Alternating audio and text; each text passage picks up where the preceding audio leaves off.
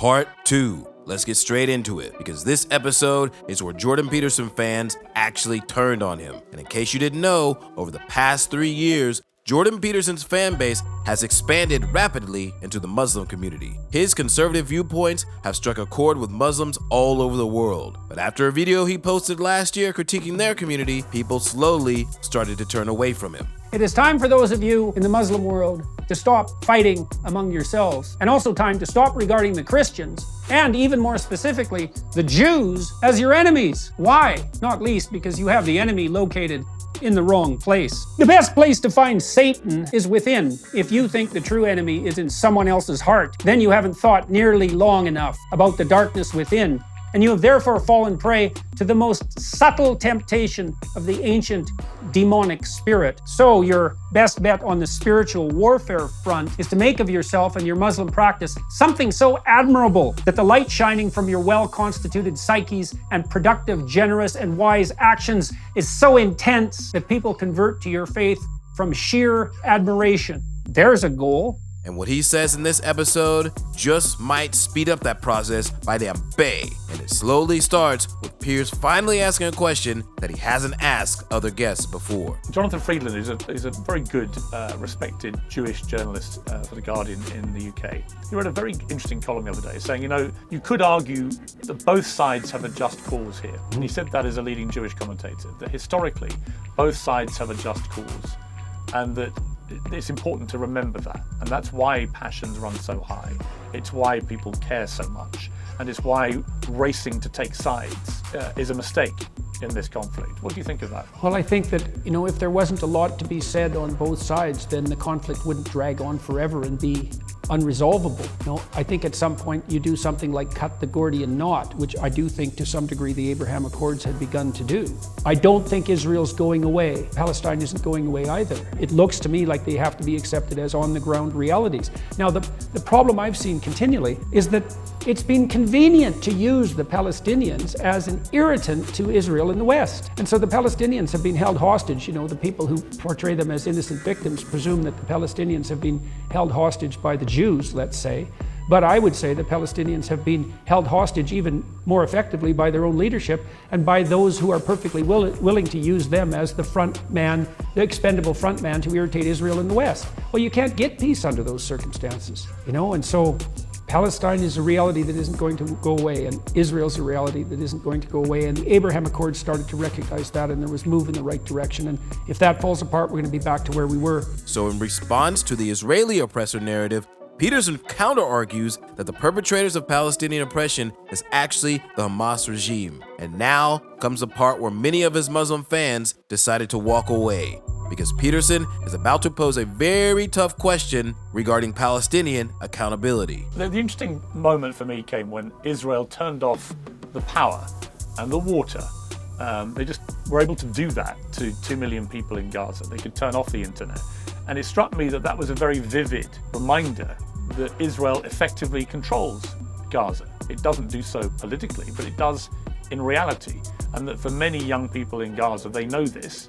And they do feel that they've been living in a perpetual prison camp where their movement is controlled, where their access to basic things like water and energy and so on is controlled.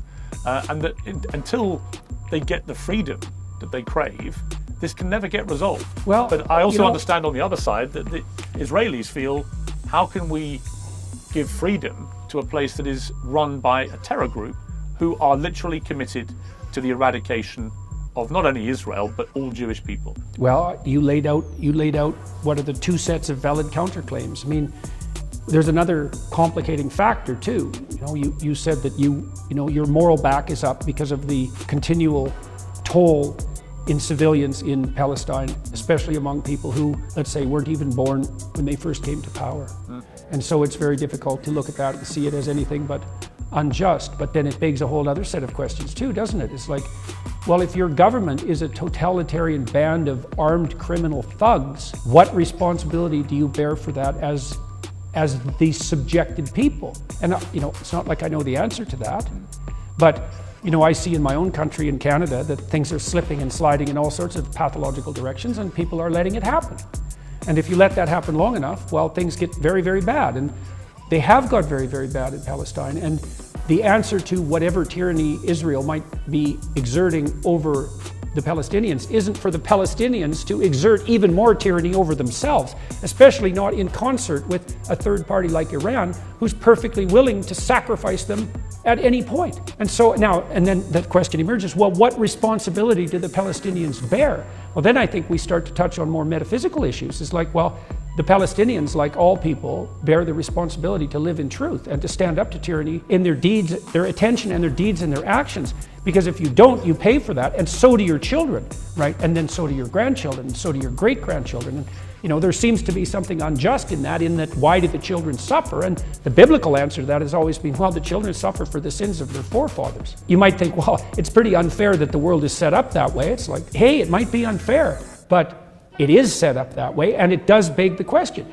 What responsibility do the people who are living under the thumb of totalitarians have for the fact that they're living under the thumb of totalitarians? And the answer isn't none. So this is why I'm a psychologist, not a politician. What do you guys think about this? Do you think a country's government is a reflection of the people it governs? How about when it comes to Taiwan? Now up next, Piers is on a roll as he'll ask yet another question he hasn't asked other guests before. I think it's a really interesting question. It's also an interesting question why Arab states around Gaza take in Palestinian refugees. I mean, these are legitimate questions. Right. Well, there's a lot of chain and saber rattling about how tyrannical Israel is, and of course, they're held to a very higher moral standard. But you know, the prison that is Palestine has walls on sides that aren't Israeli, and that no one, certainly not the progressives, will never talk about that. And that's partly because, you know, all the oppressed people are equally morally virtuous, and so the fact that the Arabs won't take in the Palestinians, you can't even bring that up because, of course, the Arabs themselves are victims of Western colonialism, which is, you know, one of the most absurd propositions ever set forth by anyone about anything. But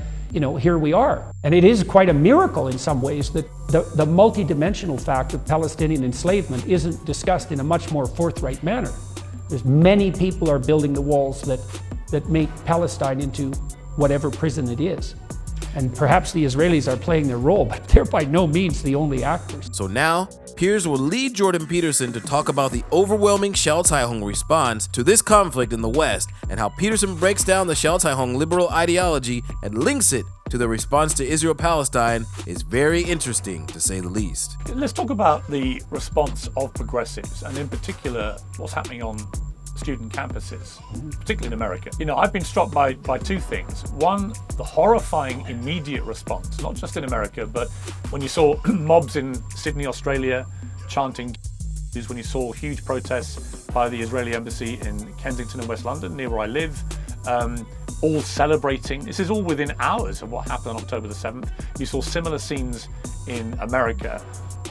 So the gut reaction of many young people appeared to be celebrating what had happened. And you even had there was a Cornell professor who, you know, was heard in public saying how exhilarated he was by what happened, and still hasn't been fired. And these are people who've driven this cancel culture for many years now, where if you use the wrong pronoun, they want you eradicated, fired, shamed, abused, and so on. But here, if you celebrate the actions of a terrorist organization and killing 1,500 people, you actually don't lose your job. Students who beamed pro-Hamas rhetoric onto the building at George Washington University, they haven't lost their places at that university. So even for the most heinous possible thing that you could do which might warrant cancellation, the people who've driven cancel culture spare themselves. Well, this shows you how shallow the oppressor narrative really is. You know, George Orwell famously said that the typical middle-class socialist didn't love the poor, they just hated the rich. And I think the oppressor-oppressed narrative gives people moral license to identify the oppressor and to hate them resentfully with a good conscience. Plus, it's also extremely simple-minded, you know, and this is one of the problems with what's being taught in universities, and even much more broadly than that now. The notion is we can view all human social relations and the past itself through a meta-Marxist narrative that proclaims that there are only oppressors and victims, and that all you have to do to be moral is to be on the side of the victim. Now, the shadow side of that is that once you proclaim your moral superiority and you're on the side of the victim, well, number one, you don't have to think anymore. You just have to identify the two sets of players. Number two, you're moral without effort because all you have to do is feel sorry for the victims. And then consequence number three is the oppressor, being intrinsically evil, can be the target of everything that's resentful and bitter and absolutely dreadful about you. Now, that's the standard narrative that's being taught on university campuses, and the Palestinians play the role of victim. And so you can't argue against the Palestinian cause, let's say, if you were inclined to, without simultaneously having to face the weight of every single person who's adopted the oppressor-oppressed narrative, upending that. And there's no way the university, not in the state they're in now, there's no way that's going to fly. And so we see exactly what happened. The narrative's already in place. All oppressed people are innocent and virtuous victims. Well, so then when something like this happens and you see the Palestinian victims rise up against their evil Jewish overlords, then it's time for celebration. And we forget entirely that the evil Jewish overlord story was the same story that the Germans used so successfully. And we also forget, and this is very interesting in relationship to Iran, I was reading a book by Stefan Zweig yesterday about turn of the century Vienna, just at the end of the Austrian-Hungarian Empire, and the dawning of the movements that eventually morphed into Nazism in Germany.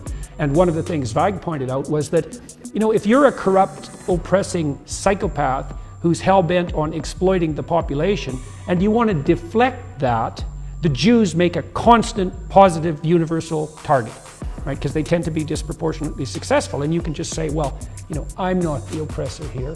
It's those successful Jews.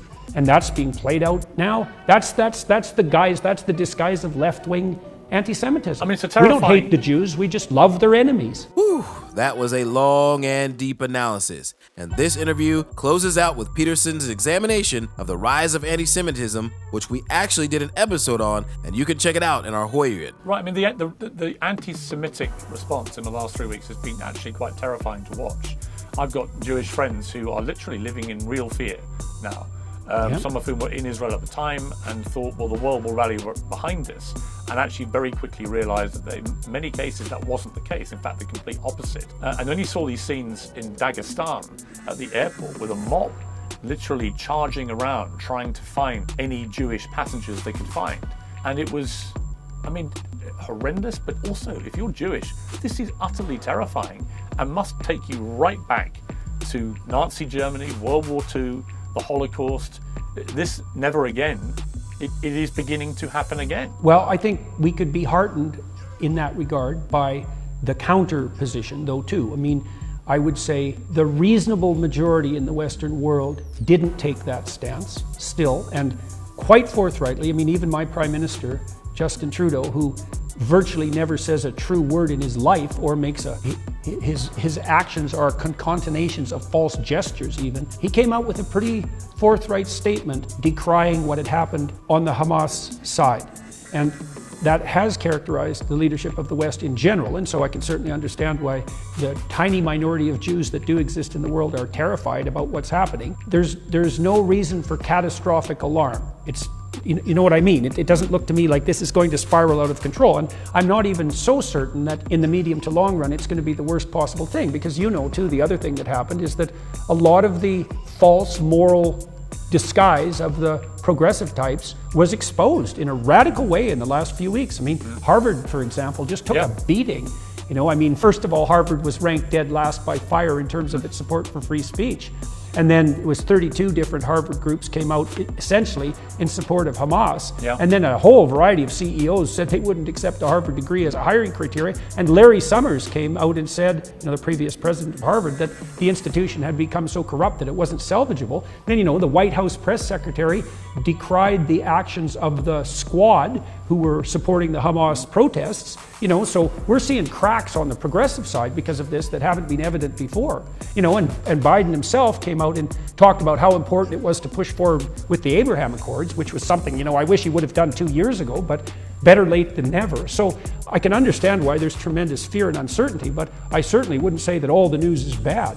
Whether you agree or disagree with Jordan Peterson on this one, you have to admit his ability to break things down and examine them in microscopic detail is pretty damn impressive. But what do you guys think? Is what he said in this episode justified, or do you think his fans had good reason to turn against him? Now discuss this civilly down below and sit tight, because coming up next, Basim Youssef versus Piers Morgan 2.0.